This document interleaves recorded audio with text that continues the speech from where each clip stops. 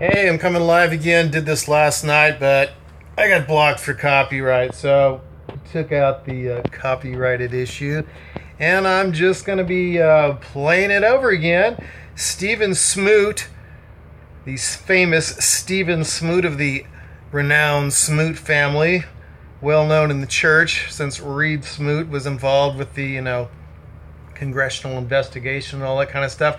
So Stephen Smoot has appeared on Three Mormons a couple of times, and he's I don't know, he's maybe he's getting a doctorate in Egyptology or religious studies or something, but he's with Book of Mormon Central, and he's got some Book of Mormon evidence for us. He says he's going to basically try to show us how the Seer Stone rendition of things is actually not that far-fetched, I mean, South Park just made it seem too silly. It's totally realistic to be getting a, book of ancient scripture out of your hat. So, I'm just going to start playing it where we got done. Anyway, I'm going to start playing it right now. Here we go. Stephen Smoot. So we're just going to start up on his video, and then I'll be commenting and using some of the resources I've queued up here already. Okay? Here we go. I don't think Stephen Smoot would be listening to Led Zepp, do you?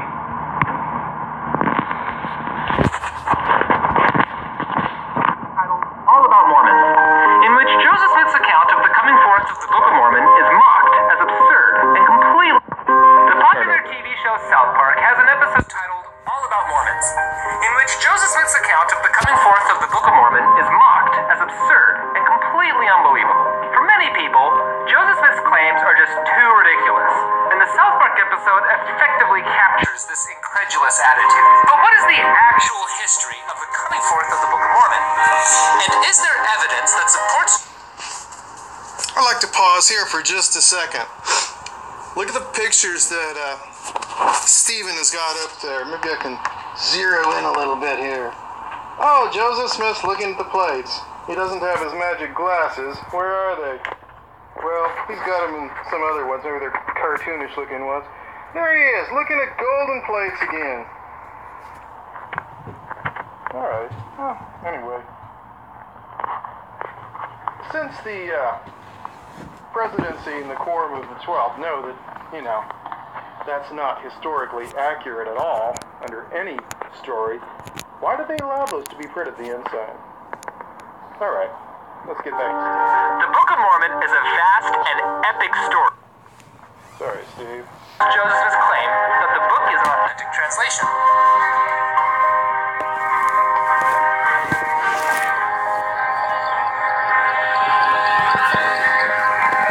As Joseph Smith explained, in September 1823, an angel named Moroni appeared to him and told him about an ancient record written on plates of gold and buried in a hill near the Smith family farm in Manchester, New York.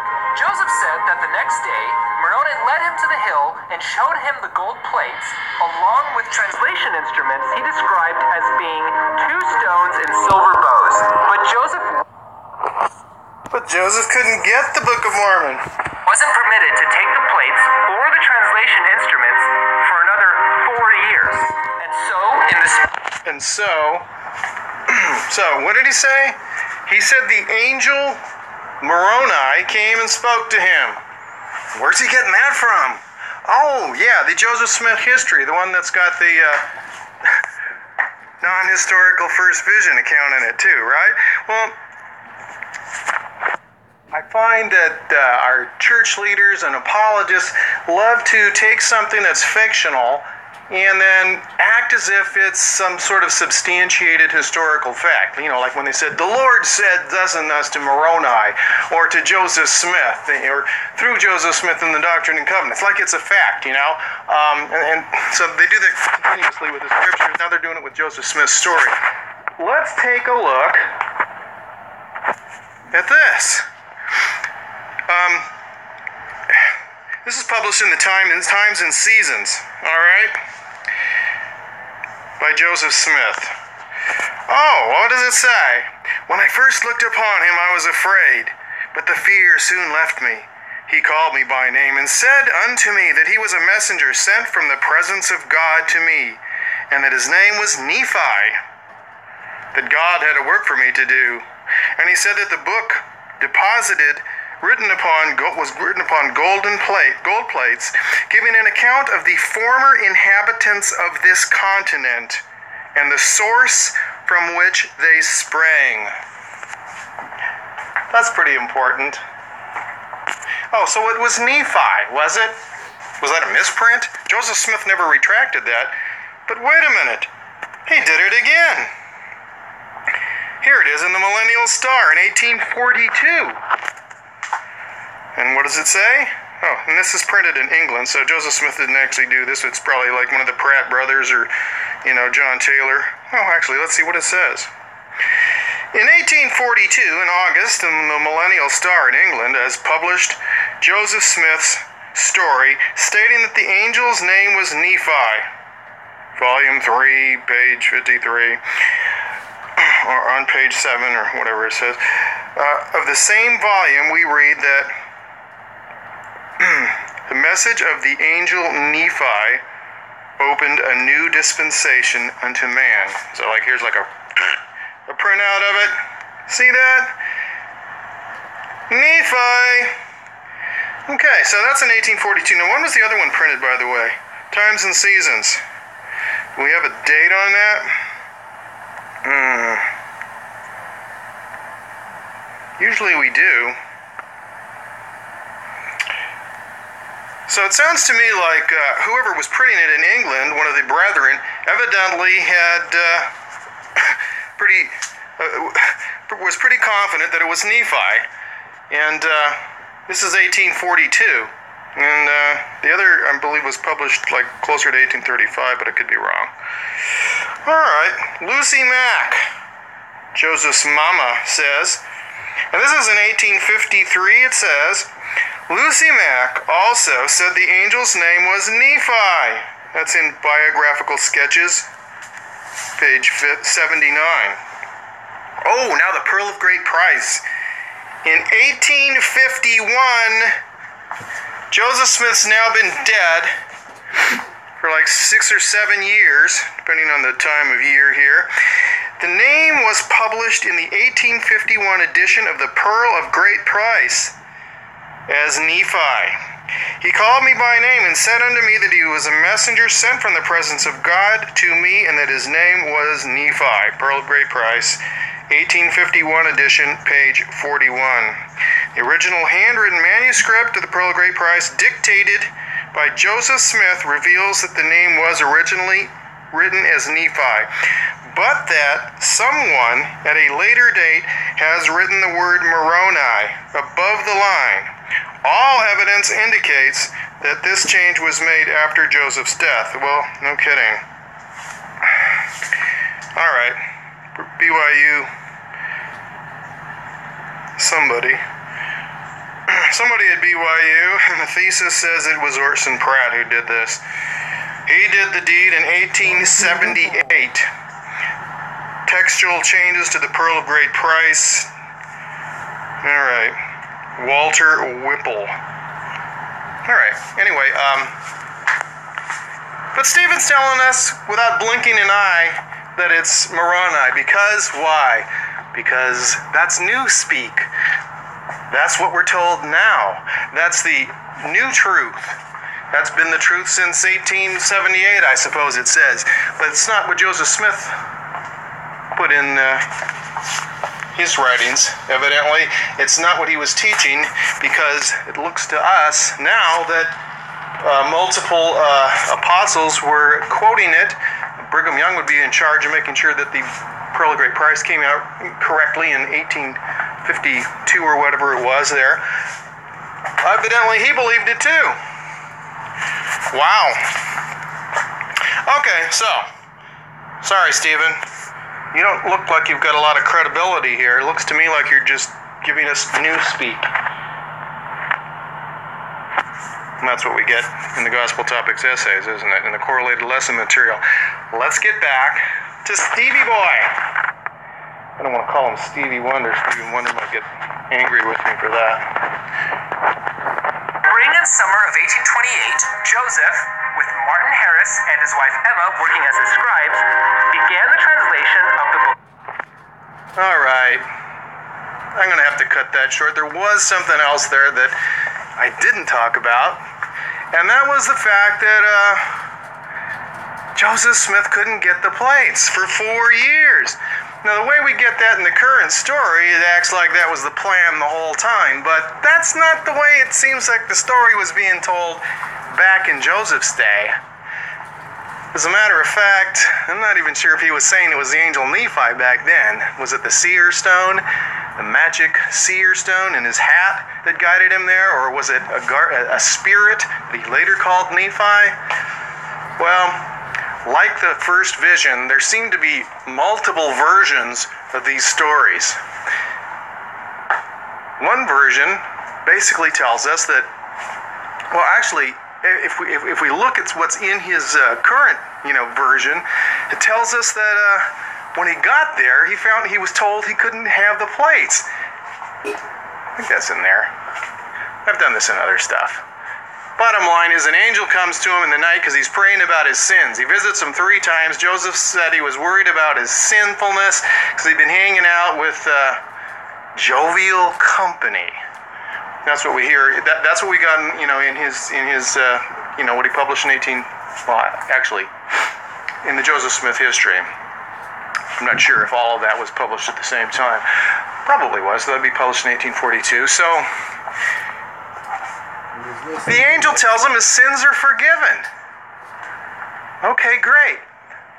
So I don't know if he had some bad books or something. Or basically, he spends all night talking to the angel, and then the angel visits him again later in the day when he's trying to go to work and he's just too tired from talking to angels all night. He's been forgiven of his sins. He goes to check out the plates, tries to pull them out, tries to get them. Various stories there, a shape-shifting toad whacks him upside the head, all kinds of different renditions of that. But the bottom line is, he wasn't able to get them. And he says, why can I not obtain the plates? I think we can find that, in something that the church, even thinks is reputable. And it's because he hasn't kept the commandments of the Lord. So, he's forgiven of his sins during the night. And, the next day he can't get them, and the reason is because he's not been faithfully keeping the commandments. When he was just told, you shall be forgiven, but just, walk in my statutes, or that kind of a thing. That's what he was supposedly told in the first, 1832, the first vision, too.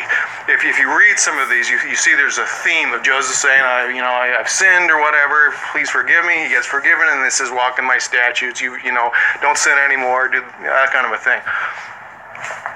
So, for 4 years, he's got all these weird things. He's supposed to bring Alvin, but then Alvin dies, so we can't bring Alvin. Okay, is an angel of the Lord not going to know the gospel truth, from an omniscient God, that Alvin's going to die, so he can't bring Alvin, so he doesn't meet the requirements? All these meeting requirements things are the kind of things you find in witchcraft, okay? And in the magic world. That's, in fact, if you read maybe Michael Quinn's Early Mormonism and the Magic World View, you probably read a lot of good material on that particular story. So Joseph's trying to satisfy these requirements, and eventually it says it's got to bring Emma. So he marries Emma, and they go supposedly at midnight, dressed in black on a black horse with a black carriage, or I've done that in other videos. So if you're looking for stuff on that, look for the magic and Mormonism videos and the. I got playlists that I'm trying to organize this stuff a little bit, make it easy for everybody. All right, so just wanted to establish that we don't have a solid history on anything here. There are multiple versions of all kinds of things, and the more they get correlated and refined, the more they're refined to the point of view that tries to mitigate the mention of the magic world, because, well, maybe it just doesn't look good for mainstream Mormonism. Mormon. Those involved with the translation of the Book of Mormon said that Joseph initially used the stones found with the plates. Those stones were later described as spectacles, or the Urim and Thummim. are simply called interpreters. At some point, however, Joseph began translating with another seer stone he had used in money digging and folk magic practices during his youth. Be sure to check out the link to the church's Gospel Topics essay that explains Joseph's use of the seer stone if you're interested or unfamiliar with this topic. Although it's not always... Sorry, Stephen. It doesn't explain it. It doesn't enlighten us on it. It basically kind of just says, hey, we knew about it all the time. We've been transparent. We published it once, twice, in some obscure thing. Actually, I'm don't quote me on that one, but I'm pretty sure it says something like that. I've read it, and it didn't enlighten me. It says a little bit about it, basically admitting. It was more like a little bit of a confession, just to say, hey, we're honest. We're not trying to lie to anybody. Yeah, he used a seer stone. It's folk magic. It's normal. Everybody was doing it, like everybody's smoking weed and everybody's, everybody's doing all sorts of things that are not supposed to be Mormon kosher. So he was just following the crowd, The holiest boy in the world who was ready to talk to God. So God came down and visited him the very first time he prayed, vocally at least. He was a magician. We call it folk magic. That sounds better, doesn't it, than necromancy or black magic? But when you get into sacrificing animals in the middle of the night to demons guarding treasure, you take a black goat or a black sheep or even a black dog, slit its throat, walk it around a magic circle that you've cut with your magic knife while someone's reading some sort of incantations or whatever, to appease the demons guarding pirate treasure. That's black magic. Well, it sounds like black magic. Maybe a magician will come on here and straighten me out, but folk magic just sounds, more like throwing salt over your shoulder or something. Sounds a lot more innocent than murdering animals. They probably were like having barbecued dog. Anybody from an area that was thinking, I wonder if they had sweet and sour sauce with that. Well, at any rate, it was usually not a dog. And I don't know how many times it happened, but we do have materials on that from the day, and the church is evidently admitting to part of it that they try not to get into too many details. They say the devil is in the details. Well, the devil's in the details, that's for damn sure. And it just doesn't look that good. But everybody was doing it, Yeah, the Seer Stone. So, funny thing, Joseph Smith manages to write those into the Book of Mormon. Or they were just doing that kind of thing back in Book of Mormon days. Not only do we have the spectacles, the interpreters, 2 stones and a silver bow, as Joseph later describes them. We find these stones in Ether chapter 3. That's a great chapter, by the way. That's Magic Rock chapter for Jaredite. Amazing, completely defying science barges that are actually submarines with animals and bees in them. Although they're tied like unto a dish, airtight, so they'd obviously not be able to stay underwater unless they had some sophisticated ballast system. Pretty ridiculous. But anyway, great chapter. Jesus says he's the God, the Father, and the Son, and Jesus doesn't know why the brother Jared's freaking out, even though if he's omniscient, he should. Great chapter. One of my favorites. That and Moses 7. So, he's practicing magic. He's using a seer stone, which is kind of like a substitute for a crystal ball. Crystal ball might sound even worse, but they called what he did crystal gazing. Or scrying, or he was called a seer. And he mentions that, like, Enoch was called a seer. And he's got some, I think he's got at least 1 or 2 other references to people being seers in the scriptures that he writes, or translates, excuse me. So he's pulling things out of the story that he's putting things into the story, like his Seer Stone business, and then he's pulling it back out of the story, saying he's got these magic glasses. Kind of like what Stevie's wearing there, right? Except for they're, in a silver bow, and they're transparent like moonstones. So, evidently, those didn't work out. Nobody could ever see those. Those are like, the imaginary gold plates. No one ever saw them. But what they do see is his brown rock. His magically consecrated brown Seer Stone. I've mentioned that in some other videos. If you read about the magic spells that you need to use to consecrate or dedicate or set apart, those terms sound vaguely familiar to you, Mormon people. A Seer Stone. That's because this is magic language that we use within Mormonism, just like dedicating temples and all sorts of Masonic terms that we use, like the degrees of glory, like high councils, the supreme council of the gods. Anyway, enough of that right now. I don't want to get too far into another rabbit hole.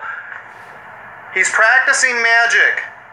Now, although if you read enough Freemasonry, things out of like what Albert Pike has to say, or maybe some Manly P. Hall lectures, or some of his interesting books, all these heavy-duty occultists, 33rd degree Masons who are actually much, have many other decorations, they will tell us that magic, the mystery religion, Christianity, yes, Christianity, science, all these things are part of the science of magic. And Freemasonry has got it in the highest degrees within their rituals, says Albert Pike. So, we want to separate those out. Christianity divorces itself kind of from magic, although it's throughout the Old Testament we see magic. Probably maybe some in the New, but definitely in the Old. Jesus spitting mud on the guy's eyes. These are magical practices. But we're kind of trying to divorce from it, but now Stephen's trying to normalize it. And, well, the Christians aren't going to agree, that's for darn sure. And what we got in Isaiah condemning the wizards, who peep and mutter in their at their seer stones, their peep stones in their hats. That doesn't work too well. But Stephen wants to normalize it. Let's get back and see what he's got to say next. Joseph was a magician. Not cool with Christians. It's clear which translation instrument he was using and when. The eyewitnesses described how Joseph would place the seer stone in a hat and press his face into the brim of the hat to shield out external light. He would then read off words to his scribe as they appeared in the stone. Although this sounds odd, it does strengthen the claim that Joseph did not personally write the Book of Mormon, as he could not use reference materials of any kind in such a position. Well, how about that? He calls it a translation instrument? Translation of what? Did you see any gold plates in that picture? No. And why is that? Well, according to Emma Smith and David Whitmer, the people that we have the rendition for, that the church is now admitting to, even though they lied about it, and Joseph Fielding Smith lied about it, and I got a video on that in there, but I don't want to think I'm going to go through the hassle of looking it up. Maybe I already had that thing set up. I don't know. Look it up. Joseph Fielding Smith lies about the Seer Stone. It denies it. I don't know. It's a ways back in there, but you can easily find it in my channel. So they denied it, even though it was in the First Presidency vault. And Joseph Fielding Smith, in case you didn't know, was that, besides being president of the church, was also a church historian. He knew darn well. He wrote things like Essentials in Church History. That's where he lied about the first name in the church and the second name of the church. Basically, he inferred that the name was always the Church of Jesus Christ of Latter-day Saints, because he has Oliver and Joseph ordaining each other as elders of the Church of Jesus Christ of Latter-day Saints right when the church was started, which is, well, obviously it's not true, since it didn't even get that name till 1838. So he knew what he was doing. He didn't want us to see that the church was once named the Church of the Latter-day Saints, its second name after changing from the Church of Christ. because it doesn't have any reference to Jesus, which the Book of Mormon says it must. So, he lied. Hinckley lied about it in Truth Restored. I'm not going to get far into that. Problems are problems here, and Stevie Boy is not looking too good. He's not being too honest here. So, let's keep going. It's crucial to understand that the eyewitnesses involved in the production of the Book of Mormon all firmly maintained that Joseph was not reading from any book or manuscript, but instead... And he wasn't reading what the golden plates had on them because they weren't there. Which is what I neglected to say as I started moving deeper down the rabbit hole. Emma and David both stated that there were no plates there. Either they were, in a hollow log in the woods or somewhere, but they were not even there. There's no translation going on, which happens to be one of the things that the people that they call critics, sounds kind of negative, doesn't it? Or apostates, or anti-Mormons say is a problem. I mean, why do we need golden plates if the guy can just channel stuff off of a magic stone? Like out of a crystal ball, except for it's smaller and he can throw it in his hand. It's really portable, Crystal balls are usually bigger, aren't they? Yeah, so it defeats your credibility here, Mr. Smoot. So I don't think Stephen's being really objective here. Does anybody else get that? He's not being objective. He's kind of avoiding evidence. He's cherry-picking things here. Let's keep going. Dictated the text to his scribe as it was revealed to him in the translation instruments. The translation was then completed in June 1829, a copyright for the Book of Mormon having been secured on June 11th. What's so remarkable about this part of the translation of the Book of Mormon is the breakneck pace of the work. The translation of the text during this time was completed in an astounding 65 to 72 working days. Based on the number of pages in the 1830 edition of the Book of Mormon, yeah, he's going to say that was like 7 to 8 pages a day, right? that puts the rate of the translation of the Book of Mormon at 7 or 8 pages a day. In addition to Thanks, Steve. Well, those claims of translating the Book of Mormon in between like 65 and 90 days don't really go well with some things that Joseph's mommy was saying. All right, here we go. Let's take a look at what Lucy has to say. Here's Joseph's mom. And what does she tell us? In her biographical sketch. I'm not going to take too much time to find it. I did have it queued up. Anyway, she tells us that Joseph used to tell us all about the Book of Mormon stories that my radical son tells to me. All about the Lamanites and ancient history. Here we go.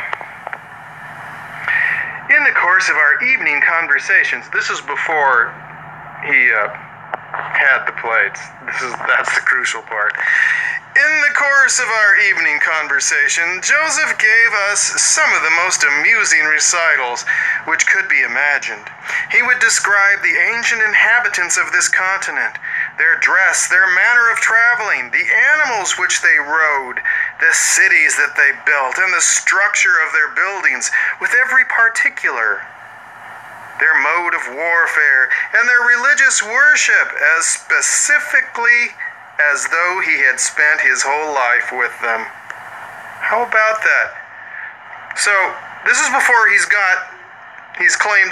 is before he ever claims he's got these golden plates. For years, I believe it's for years, he's telling Book of Mormon stories and he hasn't even got the Book of Mormon. Alright, just thought I'd throw that in. So, maybe he didn't just come up with it all of a sudden. On the other hand, why not? He's channeling it. Isn't that what L. Ron Hubbard did? With like Dianetics? He channeled it. He did automatic writing. He was a Freemason, an occultist. He was in the Ordo Templi Orientis, a disciple of Aleister Crowley, a 33rd degree Freemason, and not just a Satanist, but claimed to be the most wicked man in the world, did horrible things I don't want to think about. And then one of his disciples, Anton LaVey, actually formed, the modern Church of Satan. Great. So, just because you're channeling stuff doesn't mean it's from the Hebrew God. Divine inspiration. It's also filled with false information, provably false statements, contradictions, ridiculous errors that an all-knowing God wouldn't make. We're going to get to some of that. And we're also going to get to evidence that Joseph Smith was using some sort of notes, apparently, according to some folks that have, taken a serious look at that. And I'm going to have actually Sean McCraney, a clip from his stuff here, presenting some of that, which is pretty interesting. Another thing is, so if Joseph Smith's doing 7 or 8 pages a day, why did it take him 7 years before he could publish the Book of Abraham? That's 2 days' work. 2 days. If his Seer Stone is functioning, how many moving parts does this thing have that it's in for repairs for 7 years? If we read, church history, we saw he's working on it in the summer, he's working on it in the fall, and then he just, blows it off. He couldn't get anything done. Should have been a 2-day project. What's the problem? Is he becoming an Egyptologist? That's another good story. So, 7 years later, he suddenly comes up with it when he needs an excuse to keep the blacks out of, the endowment, because it's, he's introducing Freemasonry, which was segregated. So he's not going to have Prince Hall, Freemasons in it. He's either going to have people that are, going to be more likely to associate with the York Rite, or the Scottish Rite possibly at some point. But, it was York Rite Freemasons that established the Nauvoo Lodge. And so we know that Joseph, reached the top of the Blue Lodge, the 3rd degree, the Sublime degree. Many people, say he was like a 33rd degree Freemason. He wasn't even involved with the Scottish Rite as far as I know. So, there are people that mess some things up. Sometimes I mess some things up, but I'm not going to assume he got any higher than the 3rd degree, but he may have. At any rate, we don't have anything that I'm really aware of as far as signs and tokens that go above the, Blue Lodge stuff that, the grip of the Master Mason. Oops. Anyway, I'm not going to get into too specific about that stuff. So, Book of Abraham, Egyptian characters. Book of Mormon, Reformed Egyptian. Joseph Smith writes, he copies on these characters. He supposedly has this correct translation. He says, of course, Dr. Anton said he's full of it. You don't get you don't get what Dr. Anton had to say, Professor Anton, in your Sunday school class, by the way. But it's pretty readily available. And what also is available is the fact that Joseph Smith, printed this Egyptian alphabet out with the Book of Abraham. And, he said, here's the characters, here's what it means. Some of them were like up to 75 words for one character, I think, if I'm not, misstating that. Yeah, well, I've got some videos that mention some of those things and maybe document a little bit of it. Egyptologists said that not only did he get everything wrong with the translation, it had zero to do with Abraham, and the facsimiles had zero to do with everything he said, but his Egyptian alphabet was complete hogwash too. Nothing was even close to correct with Joseph Smith and his Egyptian. So, all right. Back to Stevie Boy. Stevie the Wonder Boy. Smoot. Budding Egyptologist and church apologist. Witness testimony that Joseph and Oliver did not stop to make revisions. The evidence seen in the surviving original manuscript of the Book of Mormon confirms the rapid speed in which the book was translated. The original manuscript shows smooth flowing text and the kinds of mistakes a scribe makes when hearing a rapid dictation. In July and August of 1829, Joseph Smith approached a number of local printers to contract the publication and sale of the Book of Mormon. Besides printers in nearby Rochester, New York, Joseph also approached the Palmyra publishers Egbert B. Grandin and Jonathan Hadley. On August 11th, 1829, Hadley published a short description of his encounter with Joseph Smith in his newspaper, the Palmyra Freeman. Quoting either Joseph himself or someone else associated with the translation, Hadley was said that the leaves of the Book of Mormon were plates of gold, about 8 inches long, 6 wide, and 1/8 of an inch thick, on which were engraved characters or hieroglyphics. By placing the spectacles in a hat and looking into it, Smith could, he said so at least, interpret these characters. In that same account, Hadley sneered that Joseph Smith was very illiterate and his claims fraudulent. However, even if he personally disbelieved Joseph's description of the coming forth of the Book of Mormon, Hadley provided a contemporary non-Mormon account of the translation of the Book of Mormon that corroborates the later Mormon accounts very nicely. Eventually, E.B. Grandin agreed to print 5,000 copies of the Book of Mormon for the price of $3,000. Let's pause there. Corroborates? Let's think about that. How realistic is this? At the end of this video, we'll see Joseph easily picking up the Book of Mormon plates out of the stone box. With the dimensions that he's given, knowing the weight of gold, which evidently Joseph Smith didn't, they'd probably weigh about 200 pounds. No problem. He just picks them up, along with the breastplate, which had the Urim and Thummim, the spectacles, whatever, attached to them, supposedly. The 2 stones in a silver bow attached to a breastplate. Did he get the sword of Laban? I'm not sure I remember correctly on that. I don't want to misstate it. So he's got the spectacles, the breastplate, the book of 200-pound plates, and then he has to get back to Emma in the carriage, I suppose. Somehow he has to make it back, although we've got various stories of that, but pretty much in all of them, and what we see in LDS films, is he's running with these plates, running with 200-pound plates and the breastplate, which I guess they don't show quite how he'd do that. He's not an octopus. I mean, what is he going to do? Like have a backpack to throw all this stuff in?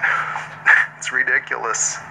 And he's assailed 3 times, but he can manage to knock these dudes out. They were waiting for him, trying to ambush him so that they could get these golden plates, because, gold's worth a lot of money. It's also pretty heavy. So, It's former treasure digging associates. yeah, just thought I'd throw that in. So, it corroborates? No. It corroborates the fact that everything the man said is fantastical, contradicts everything that we know to be true about the Americas, about science, anthropology, linguistics.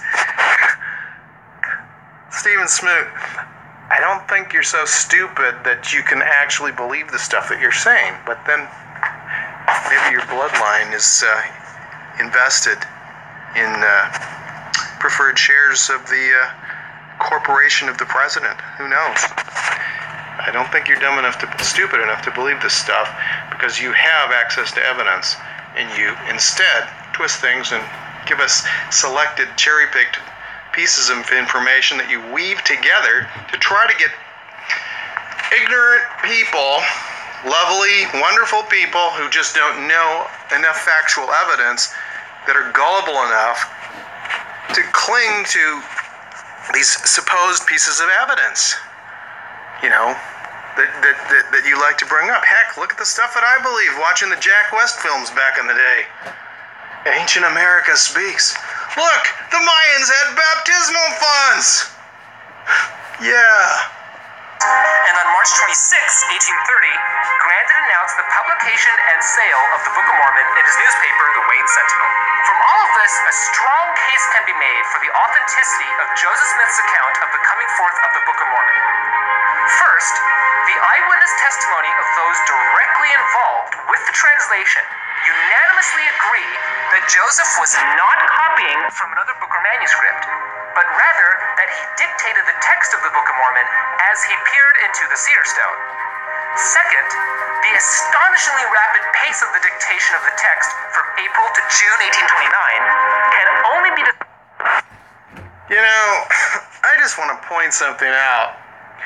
For all these years, we got these pictures, Joseph Smith looking at the plates, and sometimes with, magic glasses on, and like he's trying to comprehend this. In fact, we get, Doctrine and Covenants, section 9, where Oliver Cowdery wanted to translate, but the process was so complicated that Joseph Smith basically, the Lord, tells us that Oliver couldn't just, task. He had to study things out. Like, okay, you look at these Egyptian characters and you think, I'm pretty sure that means it came to pass in the 39th year of the reign of the judges, that there came a man named,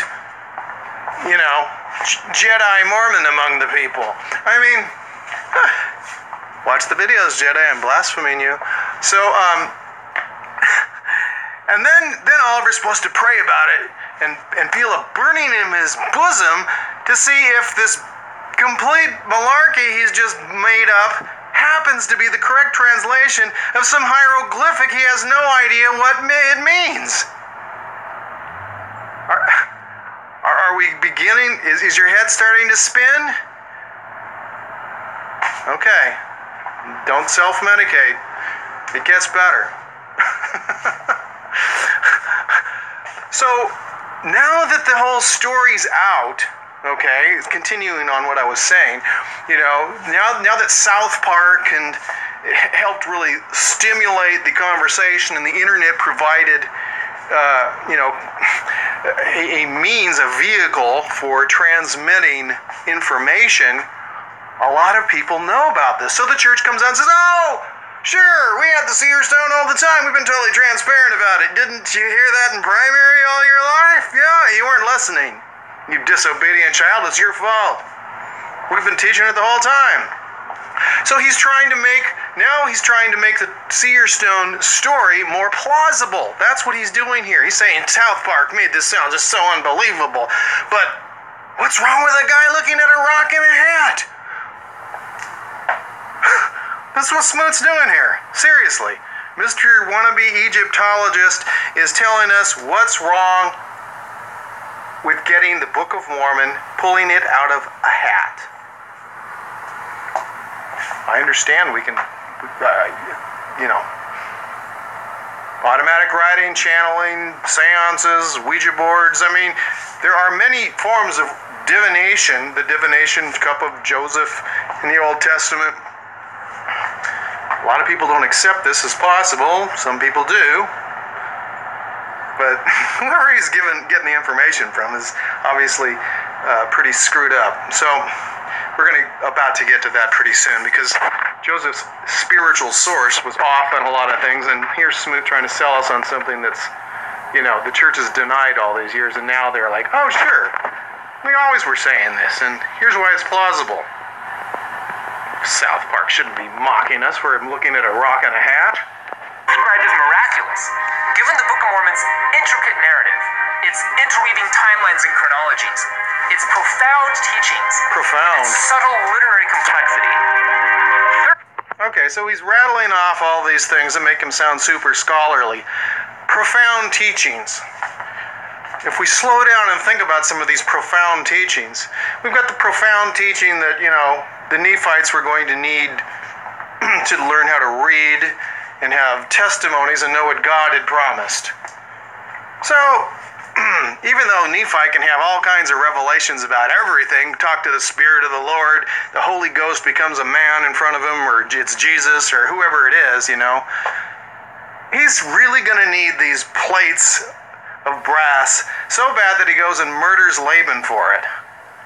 And kidnaps his servant, and the ends justify the means, right? I mean, it's better that one man should perish and another that should be kidnapped than an entire nation should dwindle in unbelief, even though they did dwindle in unbelief.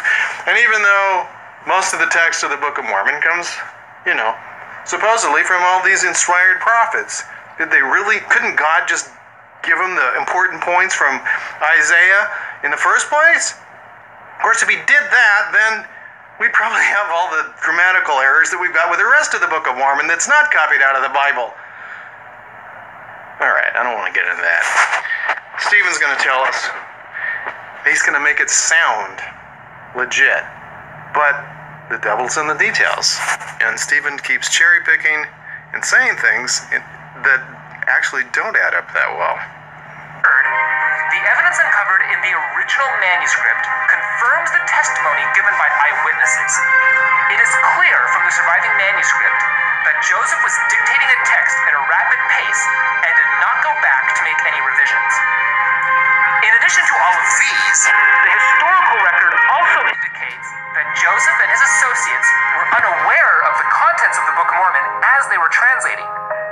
makes the dictation of the text all the more remarkable, as it is next to impossible to imagine that Joseph just made up a text as intricate as the Book of Mormon on the fly.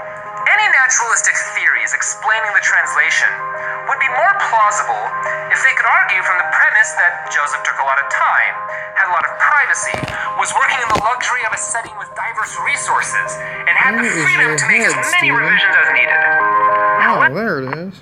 Well, you know, he did have resources, and I think we've been able to, well, I've seen things that looked like he most likely had some pretty good resources. He had Oliver Cowdery, he had Sidney Rigdon previous to this, and Sidney Rigdon and the Rosicrucian monks that lived near him, who may have been very likely those who contributed to the descriptions of illuminated Freemasonry that we find within the Book of Mormon text, and that Joseph also miraculously has in Moses chapter 5 with the secret combinations and the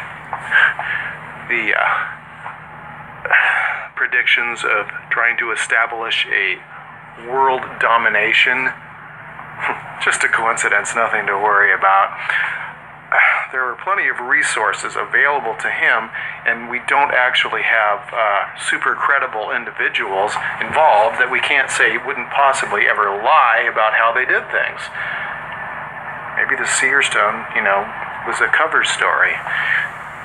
In fact, why don't we see what Mr. Sean McCraney's got to say about how these things were put together. In fact, we're going to have to, you know what, I'll tell you what, we've got about 45 seconds left of this, and then I'm gonna go into YouTube back to what Mr. Sean McCraney's got to say here.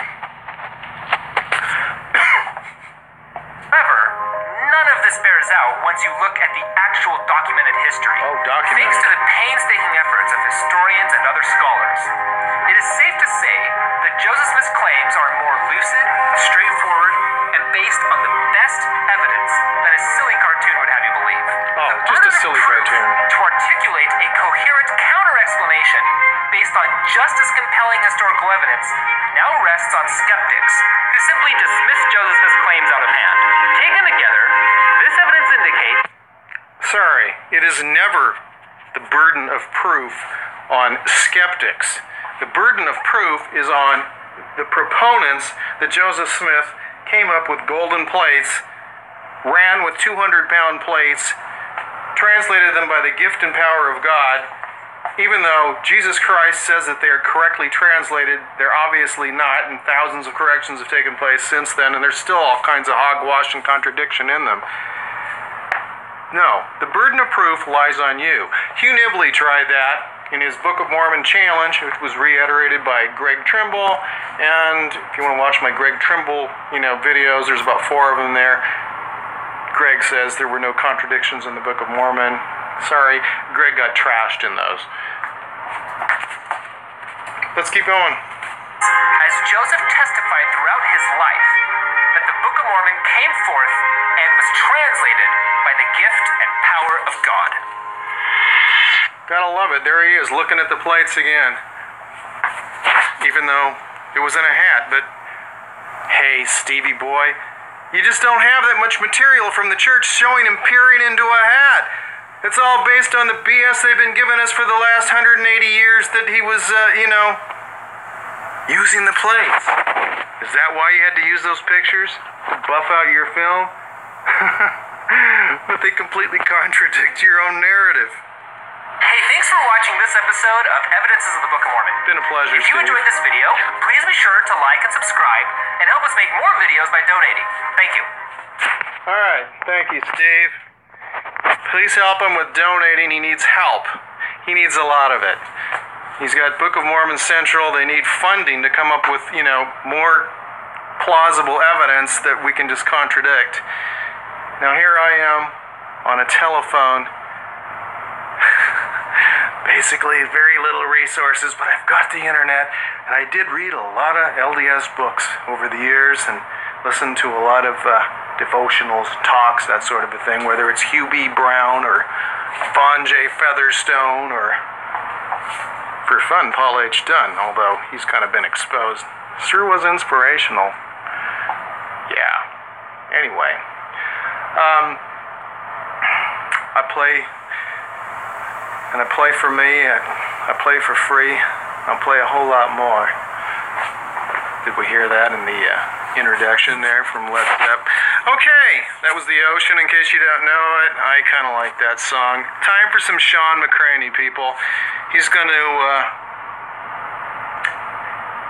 bury Stevie Boy here on the pretext of Joseph Smith not having any materials, or the type of translation that was going on. So there we go. Let's see what I can do here. On the history. Come on, McCraney. Yes. Alright. Sorry, hang on just a moment and we will have it. Just got to get into my history here. Listen to a little bit too much Led Zepp getting warmed up here. Oh, that's not history. Okay, history. Hey, you know, it's not like I'm the drunken philosopher here, pulling it straight. Got warmed up with a little bit from The Ocean. Okay, there he is. Sean McCraney. 40 years as a member of the church, missionary, etc., etc. He's into Christianity. I can't say I'm necessarily going to agree with everything Sean has to say about Christianity, but he's pretty darn good on his expositions and factual here with the Book of Mormon. So, go, Sean. All right, last week we presented some troubling changes in the most corrected book on the face of the earth, the Book of Mormon. Tonight, let's examine some problems the Book of Mormon narrative contains. We showed you last week things that were changed, literally corrected in this book that supposedly came from God's mouth, Joseph's eyes, to Oliver Cowdery's hand. But let's first look at what Steve Conley has called some slips of the tongue in the Book of Mormon. Now, Conley suggests that instead of seeing the actual words on a piece of parchment appear before his eyes in a hat, that Smith was narrating and coming up with the stuff as he went along, probably from an outline, and that when he made a mistake in his narrative, he would fix it, and it would be recorded in the narrative. So let's give you some examples. Mosiah 7:8 reads, "They were again brought before the king and were permitted, or rather commanded, that they should answer the questions." So if it was a direct revelation from God, why would God say that they were permitted, or rather permitted, they were commanded, why would he make that change midstream like Joseph did? Another example of this is in Alma 5:10. Listen to this. Alma says, "I have never known much of the ways of the Lord and his mysteries and marvelous power. I said I had never known much of these things, but behold, I mistake. For I have seen much of his mysteries and marvelous power." So he totally changes his mind in the very thing he was saying. That wouldn't happen if it was a translation from a hard copy of gold, or if it was Joseph Smith actually reading words from God and giving them to Oliver. It happened because he had an outline and he was making up the story as he went, and he corrected himself right then and there. Alma 24:19 says, "And thus we see that they buried their weapons of peace," or they buried their weapons of war of peace, for peace. So again, we have a correction right there in the text of this great Book of Mormon. In Alma 43:38, Joseph Smith dictated this, which Oliver Cowdery recorded. "They being shielded from the more vital parts of the body, or the more vital parts of the body being shielded from the strokes of the Lamanites." So this was totally coming out of Joseph Smith's head, and it's proven by these discombobulated sentences where he's kind of doing a stream of consciousness, and he's saying, "And therefore I stepped into the stream," or rather, I stepped onto the bridge that was covering the stream, because he was giving it to him. He was doing it, none of the other things. In 2 Nephi... That reminds me of something that I want to interject here, which is... they didn't have magic disappearing ink. They didn't have a word processor. And so that's why we find in the church history, what we looked at earlier, that, supposedly it may have been Orson Pratt, but somebody put a line through Nephi and put Moroni above it. Why? Because they didn't have magic disappearing ink. They didn't have erasers to erase the ink, apparently. And so this is why he would, otherwise, why don't they just erase that? But no, he's got him, or rather doing these corrections that Sean's talking about. And so the 116 pages disappeared because Martin Harris's wife wasn't so stoked about him mortgaging the farm to pay for the Book of Mormon. They lost, about 3/4 of their acreage over this. His Book of Mormon sales didn't go so well right off the bat. So Harris's wife was ticked. She knew there was something that wasn't going to work out right here. She was a little suspicious. Martin was pretty gullible, I mean, when Jesus shapeshifted into the form of a deer and talked to him on the side of the road as he took a walk for 3 miles, she might have thought, I'm not sure about this guy. He got involved with so many religions and was like a witness for other ones, and he wasn't the most rock solid, sorry for the pun there, witness. I mean, let's face it, when Joseph and Rigdon took off to Canada after the bank fell, the illegal bank, the anti-banking society in Kirtland, the safety society fell because they couldn't get a bank charter. This is why they were not a bank, and then they folded after, a lot of things that looked kind of fraudulent. Not to mention the fact that there was a, big problem. Hello? Okay, so I think we're still going here. Had a little problem there. So Harris's wife evidently takes the thing. Joseph says, oh no, somebody serving the devil's got him and they're going to change the words. How would they change the words? Do they have magic disappearing ink? No. They would have to erase somehow, magically, what he's got there. Insert some other words. Have, an amazingly great forger duplicate the handwriting of Martin Harris and also of Emma, wherever she may have written in some of the 116 pages, duplicate it in the same exact space and say something different so they could discredit Joseph Smith and have it look like no one had ever tampered with it. But we don't think about that. We just read the stupid explanation Joseph Smith made and, it's all good, right? Devil's in the details. All right, Sean, give us some more details. Oops, no, not messing with that. Not messing with that. Still cruising here. Great. Here we go with Sean. 515 of the most corrected book on the face of the earth, it reads, and I did teach my people to build buildings and to work in all manner of wood and of iron and of copper and of brass and of steel and of gold and of silver and of precious ores, which were in great abundance. Then in the next verse, he says, and I, Nephi, did build a temple, and I did construct it after the manner of temple of Solomon, save it were not built of so many precious things, for they were not to be found upon the land.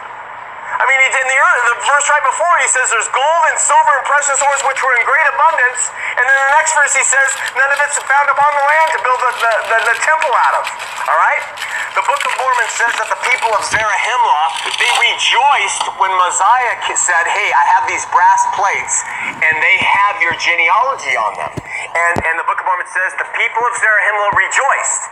But in the Book of Omni, 117, it says that Mosiah could not understand the people of Zarahemla because their language had all become corrupted.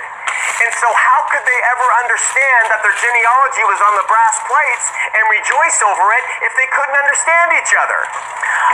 We have clumsy writing found throughout the Book of Mormon. Let me give you one example. We'll get to the others as we come across them. For example, 2 Nephi 4:14 actually reads, for a more history part are written upon mine other plates. For a more history part are written upon mine other... a more history part? Jesus was drunk. Okay. Of course, we've pointed out the anachronistic use of Jesus in the Book of Mormon, but all through it, it says, and his name shall be Jesus Christ. 600 years before Jesus is born, it says in the Book of Mormon, his name shall be Jesus Christ. Unfortunately, 600 years before Jesus was born, Greek wasn't even in existence. The name Christ is Greek. In the Book of Mormon, it would be like it's saying, and his name shall be Jesus Messiah. Jesus didn't have a last name. His last name wasn't Christ. Act like it was Jesus Samuelson or something. Jesus Christ is his title. And it wouldn't have been Christ because the Greek language didn't exist 600 years before his birth. And so it would be Jesus Messiah, and that's still just a title. So another great mistake. Mistake? What do you mean mistake, Sean? We can't have mistakes in the Book of Mormon. Jesus already told us that it's all true.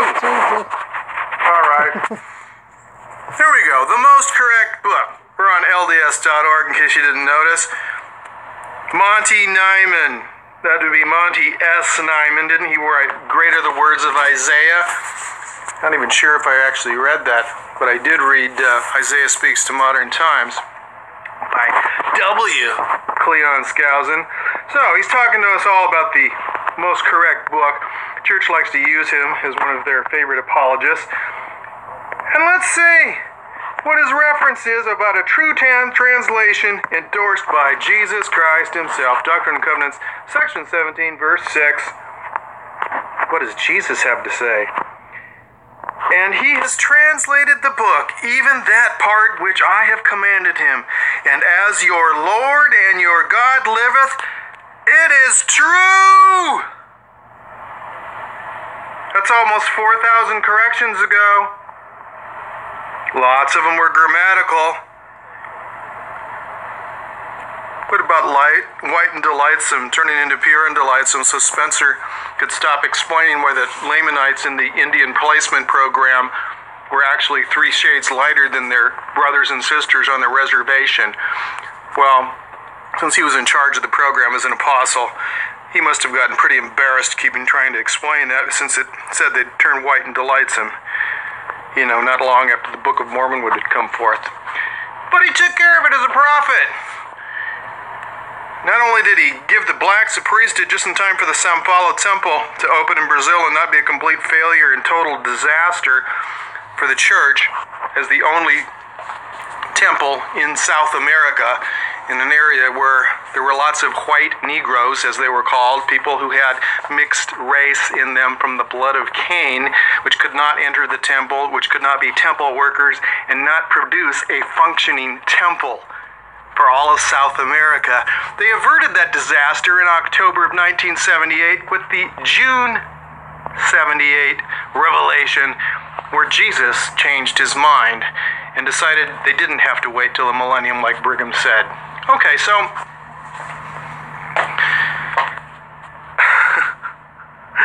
the most correct book. So Spencer in 1981 changed the Book of Mormon, got it changed, and we just had the word white disappear, and pure came instead. Because that was just another correction that Jesus didn't realize was going to be needed when he said, as the Lord your God liveth, it is true. I have commanded him, and as your Lord and your God liveth, it is true. This is Jesus Christ speaking through Joseph Smith. So Jesus lied again.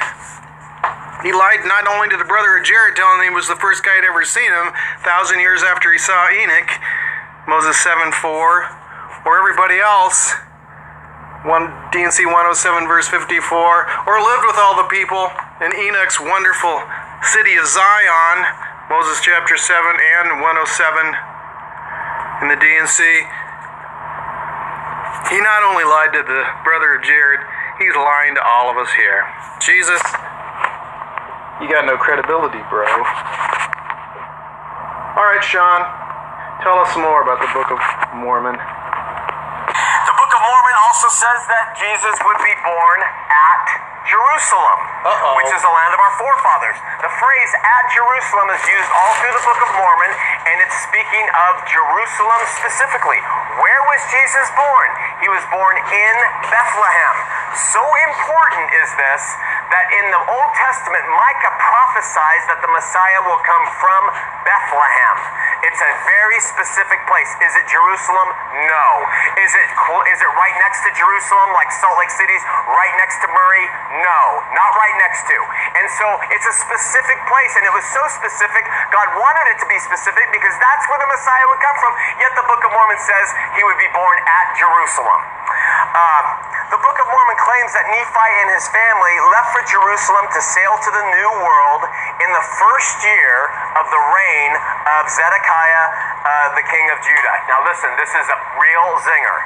The Book of Mormon says in the first reigning year of Zedekiah, king of Judah, Lehi and his family left to go toward the Promised Land.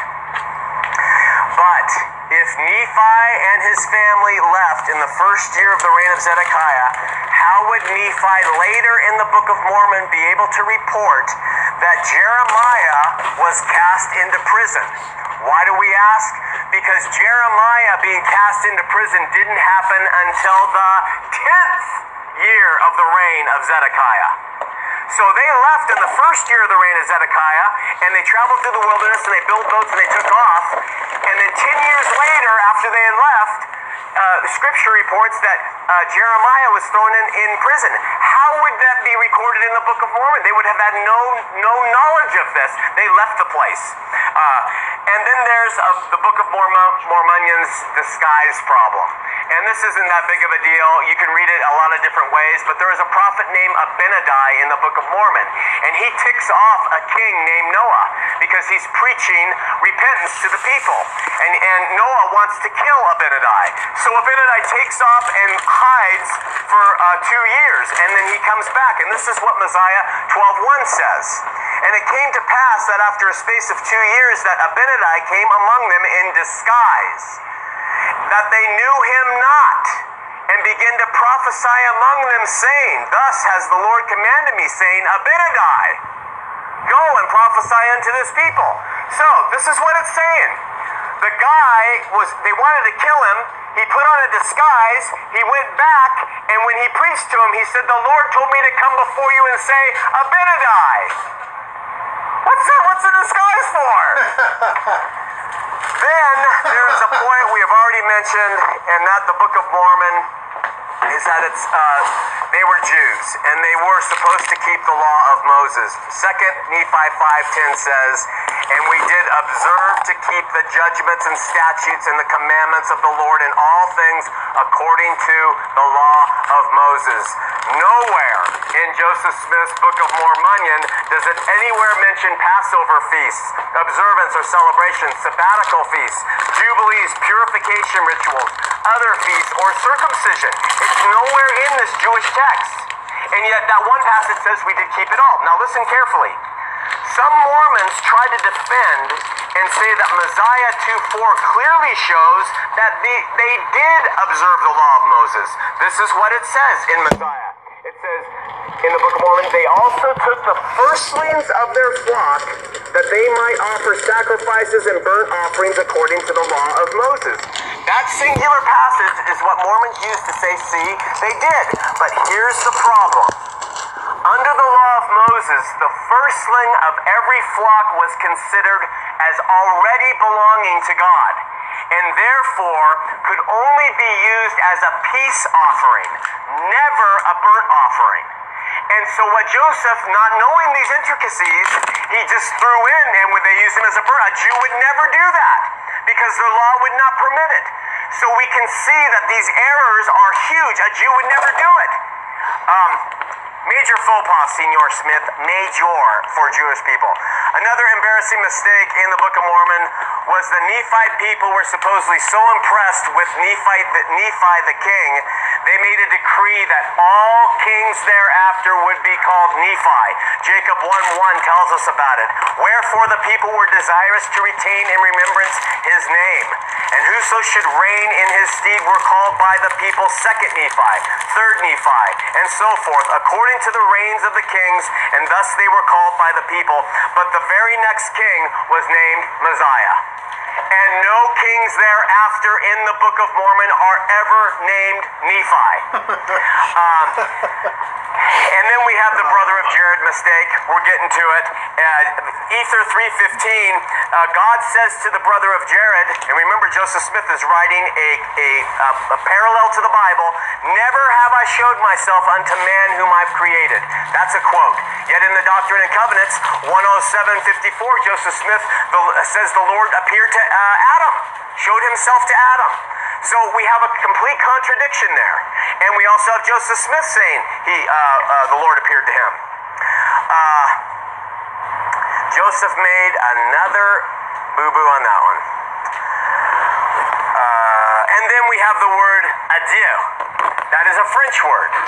Adieu makes itself into the text of the Book of Mormon. Now, Mormon defenders say, well, as a translator, Joseph had the liberty to use whatever word would fit what he was translating. And I would agree. If he was translating from a set of gold plates and was just looking at them and he knew how to do it, and he saw a word that was tough and, I think I'm going to have to use French here to say goodbye, adieu, and put it in, that would make sense. But if he's reading off writing coming from God in a hat that's telling him what to say and Oliver's recording it, it means God chose to use adieu. God is telling him to use the word adieu. I tell you, I suppose it's possible. Maybe God was at the right. I mean, where does it end? And so finally, should I add that French didn't exist at the time, by the way? When the Book of Mormon prophet Jacob was supposedly saying adieu. Just like French, Greek didn't exist for the Nephites, it didn't exist for the Jaredites. Neither did the doctrines that they were teaching from the New Testament, including baptism. Apparently Jeremiah didn't hear about it, or any other prophets. Jeremiah, I mentioned, since he was supposedly contemporary with Lehi, whose family was all about getting baptized. But on the other side of town, Jeremiah never heard of baptism. Neither had any of the other prophets. Unless the Great and Abominable Church took it out of 36 different, 3 dozen, it's probably more than 36, several dozen Old Testament texts that we have. And of course, if you look back at ancient scrolls and so forth, you're not going to find the disappeared doctrine of baptism or the other New Testament discussions we find in the Book of Mormon. So, anachronistic? Just a little, huh? Jaredites talking and testifying. The Book of Mormon, another testament of Jesus Christ. Testifying of a being we have no discussion of in the Old Testament. Testifying of New Testament doctrines, New Testament arguments, quoting New Testament characters like Paul, John, etc. Quoting, using Paul's arguments as faith, hope, and charity out of Hebrews. We find it in Moroni chapter 7. It's ridiculous. A New Testament narrative, New Testament doctrines, they don't have the proper Old Testament themes that they say they're supposed to in there, like Sean was saying, the law of Moses, but they don't practice it. And they preach New Testament things that don't exist in the Old Testament. And we have ability to look at lots of old texts before the Catholic Church, the great and abominable Catholic Church that burns people at the stake. Yeah, I'm not endorsing the Catholic Church here at all, but I'm also not agreeing that they took everything out of there that's missing, because we have ancient texts which show it never was in there. Mormon Truth signing off. Have a great evening.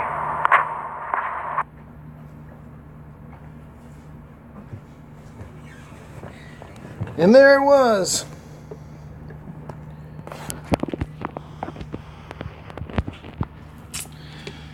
Alrighty. Share it if you like it. See you in the comments. Thanks.